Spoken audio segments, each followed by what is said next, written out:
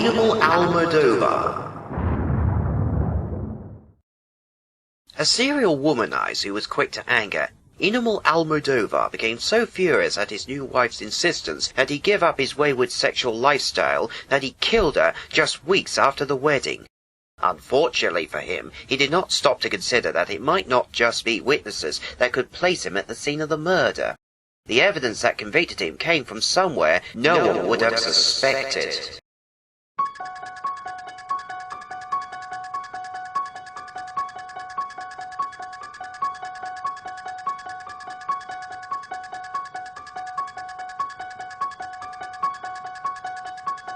An extremely handsome man and former sailor, 25-year-old Puerto Rican Anibal Almodovar was working as a porter in New York City when he met a waitress in a Manhattan bar and married her. 2 years younger than her new husband and strikingly pretty herself, Louise Almodovar assumed that as a married man, her husband would give up the one-night stands and frequent flings he had been so used to enjoying. But she was wrong. The couple hadn't been married more than a few weeks when it became apparent to her that Almodovar was still pursuing the same lifestyle. He made few efforts to hide the fact from his wife. She protested and a violent argument broke out, after which Almodovar stormed out of the apartment. Unwilling to give up on her marriage so quickly, Louise later called him at a local bar and asked to meet so they might try and resolve their problems more calmly. He agreed and told her that he would see her in Central Park. Louise's body was found among tall grass in a famous park on November the 2nd, 1942. The ripped sleeve of her jacket suggested that she had struggled furiously, and the chief medical examiner concluded that she had been throttled by a killer who had placed 2 fingers from each hand on a windpipe.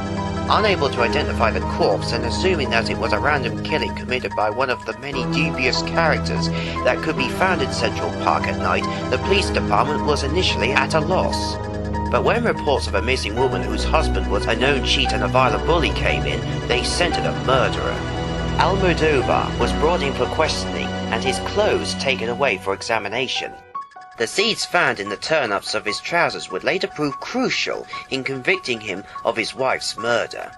At first, Almodovar made a full confession, telling police he had lost control when Louise nagged him about seeing other women. He said he had strangled her and left the scene. However, when the case came to trial on February the 24th, 1943, he retracted the confession. The police, he said, had forced it out of him under duress. Now he maintained that he had nothing to do with Louise's death. Unfortunately for him, the seeds that had been found in his trousers were from rare plants growing at the murder scene. They had been planted there as a nursery experiment and could not be found anywhere else in New York.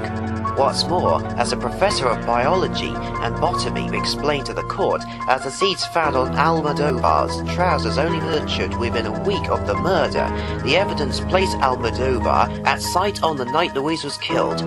Anibal Almodovar's was the first case in US legal history to rely on botanical evidence to get a conviction.